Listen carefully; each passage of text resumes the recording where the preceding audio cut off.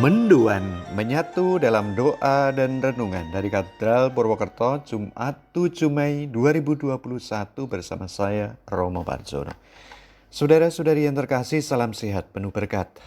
Mari kita renungkan sabda Tuhan dari Injil Yohanes bab 15 ayat 12 sampai dengan 17. Kita siapkan hati batin kita. Dalam nama Bapa dan Putra dan Roh Kudus. Amin. Tuhan bersamamu dan bersama rohmu. Inilah Injil Yesus Kristus menurut Yohanes. Dimuliakanlah Tuhan. Dalam amanat perpisahannya, Yesus berkata kepada murid-muridnya, "Inilah perintahku, yaitu supaya kamu saling mengasihi, seperti aku telah mengasihi kamu. Tidak ada kasih yang lebih besar daripada kasih seorang yang memberikan nyawanya untuk sahabat-sahabatnya.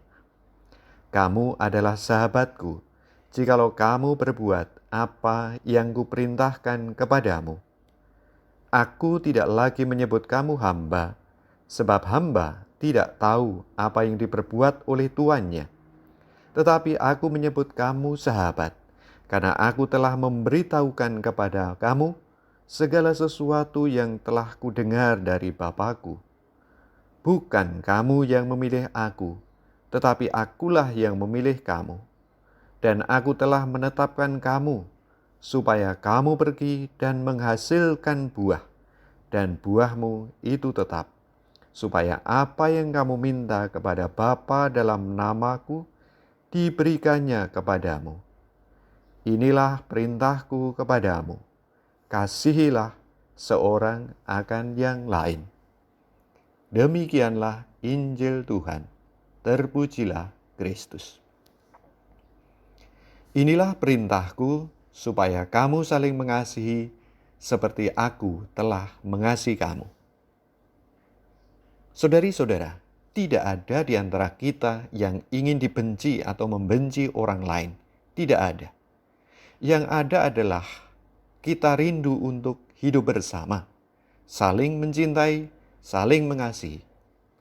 Tetapi, mengapa ada orang yang hidup saling membenci, bermusuhan, mendendam, jotakan? Karena orang tidak mau tinggal dalam kasih sejati, kasih Yesus kepada kita. Atau kita mengasihi sesama tetapi hanya menurut kriteria kita saja, menurut kriteria manusiawi. Yesus meminta kita, "Inilah perintahku, supaya kamu saling mengasihi seperti aku telah mengasihi kamu." Ya, kita hanya dapat hidup dalam kasih sejati jika kita mengasihi sesama menurut kriteria Tuhan. Apa itu?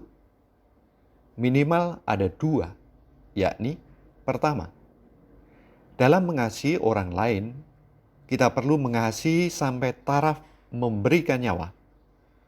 Nyawa diartikan sebagai yang menyebabkan yang lain itu hidup. Pemberi hidup kepada yang lain. Artinya, kita perlu mengembangkan kasih pada yang lain yang menyebabkan yang lain itu mengalami hidup, mengalami pertumbuhan, perkembangan, dan akhirnya berbuah, beranak pinak dalam kasih. Pada gilirannya, yang lain itu juga mengasihi yang lain lagi. Itulah kasih sejati yang membebaskan. Kasih sejati tidak posesif dan tidak agitatif. Kedua, menempatkan yang lain sebagai sesama, sederajat, bukan sebagai hamba, bukan lebih rendah atau di bawah kita. Kasih sejati hanya bisa tumbuh dan berkembang dalam kesederajatan.